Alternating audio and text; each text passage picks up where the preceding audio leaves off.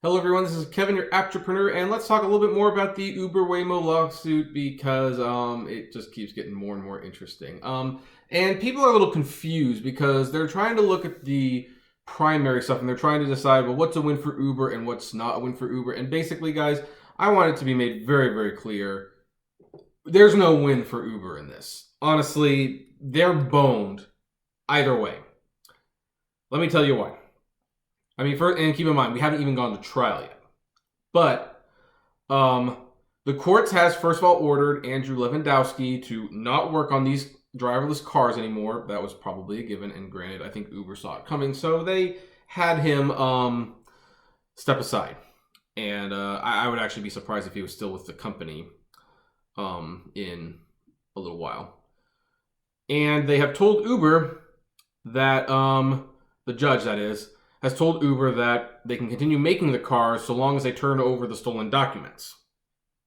Also, they want Uber to conduct an investigation into Levandowski, what he did to the company, the people he worked with, and what they knew beforehand.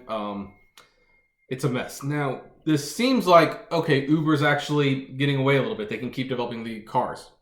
No, they didn't win. In fact, this is definitely a case of damned if you do and damned if you don't. Because here's the thing. If they don't do these things, if they don't conduct an investigation, turn over the results, and if they don't turn over the files, the court could just as easily tell them to stop making the cars. So, okay, so they turn over the files, right?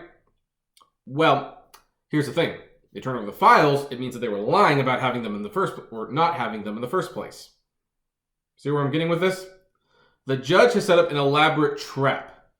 There is a saying that if you tell one lie, you have to tell 9 other lies to cover up your tracks. Uber has talked more than one lie. They have probably told 99 lies already. And now they have to, tell 99 more lies on top of each of those 99 lies to cover it up. The judge does not trust Uber. It's pretty clear. The fact that he recommended their case to the U.S. Attorney for investigation, hey, shows that he doesn't trust them at all.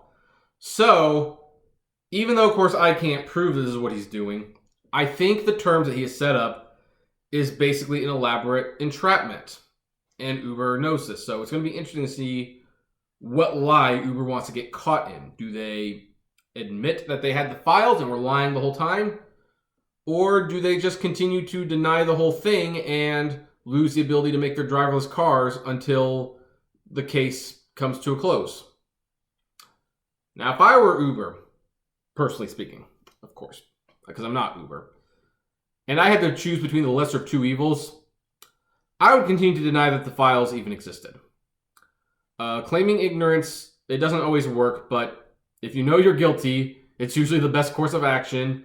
Also, while it would be frustrating to stop developing the cars, hey, you know what? 5 years later, when the trial's finally finished and they lose, they could say, well, you know what? At least we stopped spending money on an endeavor that we were ultimately going to have to destroy anyway. I mean, Uber just has to throw in the ring on this one. They're toast. Not as a company per se, but in this situation, they are toast. They're going to need to put the driverless cars on the back burner, and with the Google and Lyft partnership that was announced yesterday, they're going to have to raise the rates, and they're going to have to pay the drivers a little bit more as well. Because if the drivers see rates going up and they're not getting paid for it, good luck. Good luck keeping them. You can only retain 4% at the moment. Let's see if you can do if 1% sticks around.